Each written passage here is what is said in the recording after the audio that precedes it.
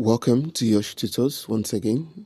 If you're just joining us, please don't forget to subscribe to this channel. Today we're still talking on communication research method. However, our focus is on content analysis.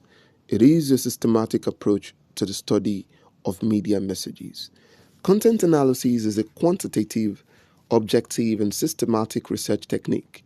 It is used in the field of communication and media studies.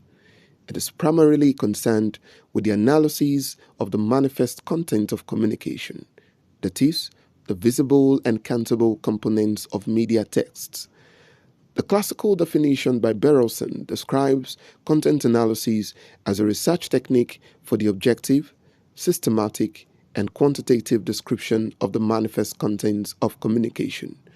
This foundational perspective underscores the method's emphasis on structure, on transparency, and replicability. Other scholars have expanded on this definition. Olsztyn defined content analysis as a method for making inferences by systematically and objectively identifying specified characteristics within messages. Similarly, Krippendorff described it as a technique for making reliable and valid inferences from texts to the contexts in which they are used. Carlinger also emphasized it as a systematic and objective approach in studying communication with the goal of describing certain variables.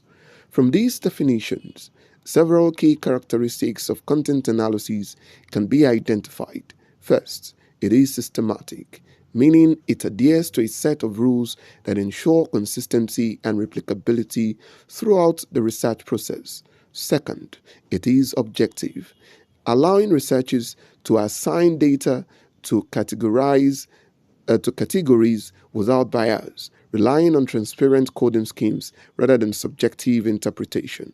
And third, it is quantitative, and this means that it involves the measurement and numerical representation of variables such as frequency, tone, or prominence.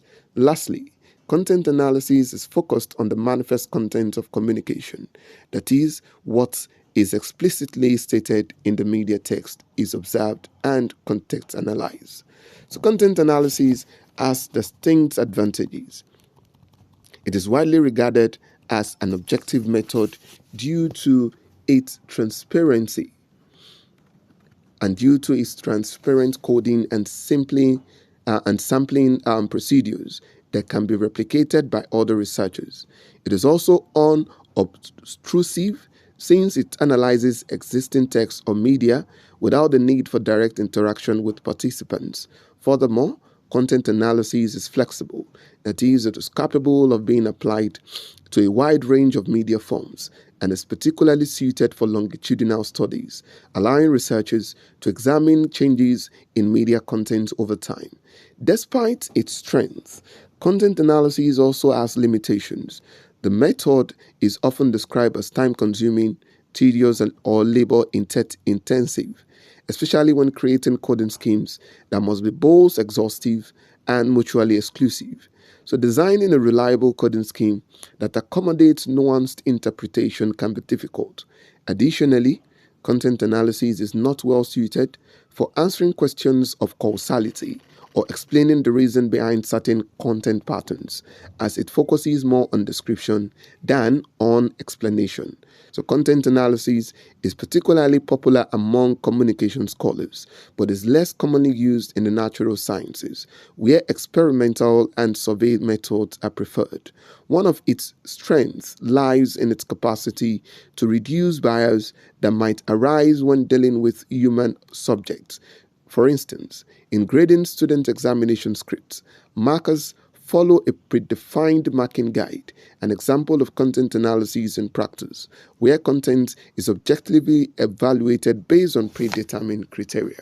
So in terms of application, content analysis serves several important purposes. Firstly, it is used to describe media content, providing a snapshot of how certain issues, events, or people are portrayed. Secondly, It helps researchers understand the relationship between media content and societal realities, as demonstrated in George Gardner's cultivation theory, which posits that heavy television viewing can shape perceptions of social reality.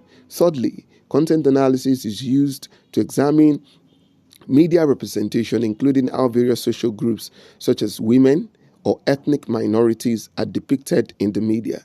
Lastly, it can also be used to infer media effects on audiences, aligning with other quantitative and interpretative methods like semiotic analysis, narrative analysis, and ethnographic content analysis. The process of conducting content analysis involves several key stages. It begins with formulation of research problem, articulated through research questions and hypotheses. Next is the population of media text, which is identified, and these could be identified from our newspapers, radio broadcasts, television programs, or online content within a specific time frame. The sampling process follows, often employing stratified or multi-stage sampling techniques to select media outlets and specific editions.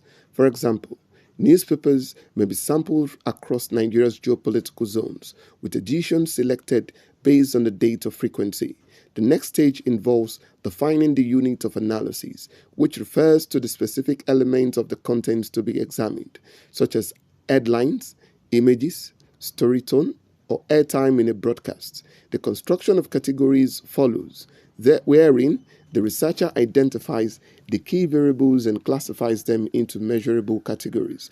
These form the coding scheme, which coders use to systematically record and analyze content. So to ensure accuracy and reliability, coders are trained, and the coding scheme is subjected to pilot testing. This ensures that the categories are clearly defined and consistently understood, and once refined, the actual coding process begins, followed by analysis and interpretation of the data. Finally, the findings are presented in a research report, often accompanied by coding sheets and statistical analyses. So therefore, one could conclude to state that content analysis is a rigorous, structured, and reliable research method that plays a vital role in media studies. It allows researchers to systematically analyze communication content and draw meaningful conclusions about media messages and their societal implications. Despite its challenges, when properly executed, content analysis remains an indispensable tool in understanding the complex interplay between media content, representation, and audience perception. And this is where we'll stop on today's session for content analysis.